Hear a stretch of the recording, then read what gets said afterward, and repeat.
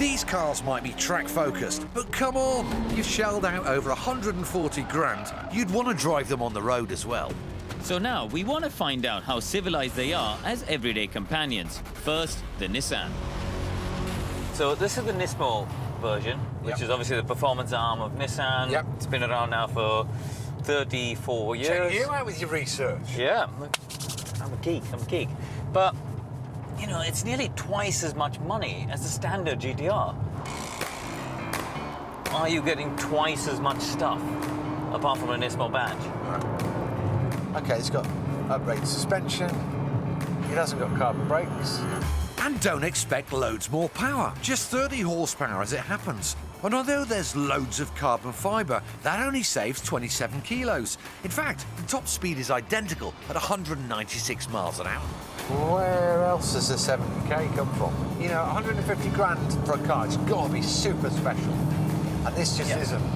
But like all of that, console and stuff, doesn't look like it's 150 grand worth of car, is it? No. And there's worse news for the Nismo, because early versions of the GTR, which was launched in 2008, look almost identical and can now be yours for little more than 30 grand. And do you know what? The seats are comfortable. They are. Yeah, you're not moving around and stuff, but it's just a stiff suspension, isn't it? This is as comfy as it will be. I'm in comfort mode. My bum's already hurting. You got a couple of seats in the back, which you don't have in the Porsche, I suppose. So that's definitely a bonus. Yeah. You got cup holders and bits and pieces, so they've gone for a bit of practicality. Yeah, and then we've got all this GTR nonsense, all this G meters. What do we want that for? What do we I tell you that you are doing a 0.15 G of deceleration for the bridge there. And the relevance in that is? I don't know. To be honest, this seems like a lot of unnecessary information and a bit of a gimmick. It does pull, doesn't it? You know, the engine's as a got thing massive. to drive, it's impressive. But I'm not sure. I mean, it's a bit kind of in your face, boy racer. Arguably, I am, but that's not what I want to project. It's got grunt though. It's definitely got some waft. So, the Nissan's reasonably practical, but the interior and exterior simply don't cut it for a £150,000 car. Time for the Porsche and my first impressions. I do feel a bit exposed in green out in the open roads.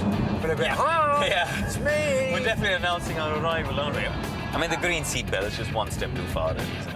Thankfully, the GT3 comes in 8 other colours. So what about the ride quality? I mean, the GTR was quite stiff and it's not a comfortable ride. It's probably the understatement of the year. It's not much different, is it? It's not a massive difference. No, it's not a massive difference. No. I mean, inside the cabin... It's noisier. It's noisier, but... Much more road rumble. Yeah. I do like how the cup holders are hidden away, though. They're somewhere in there. Typical Porsche beauty. Oh, I like that. I do like these little door handles. Yeah, they're really cute. And do you know what? The little chinks of stitching, I mean, you know, a lot of this is all extras. We've got, what, paint, £2.5 grand. You know, these painted air vent surrounds, they're extra. Yeah. White dials are extra. Carbon brakes, nearly £7 grand. That's a lot of money for the carbon brakes, actually. In fact, our GT3 had £18,000 worth of extras on it, whereas the Nissan had none. Nevertheless, I was definitely warming to the Porsche's on-road charms.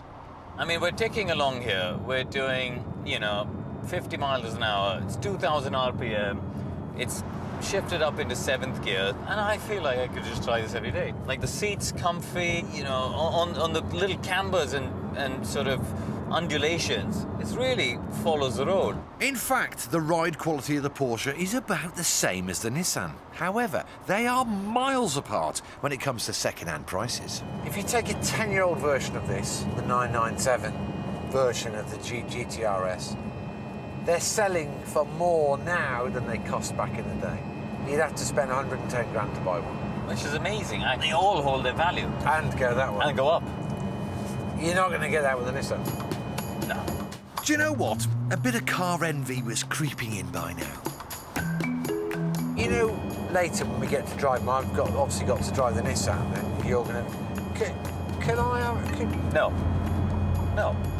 You just stay in your little four-wheel drive, right? Now, you know, just for research, I think... No. No. So at the end of our second test, which car is better for everyday road driving? So in terms of ride quality, nothing in it. Both are quite harsh, aren't they?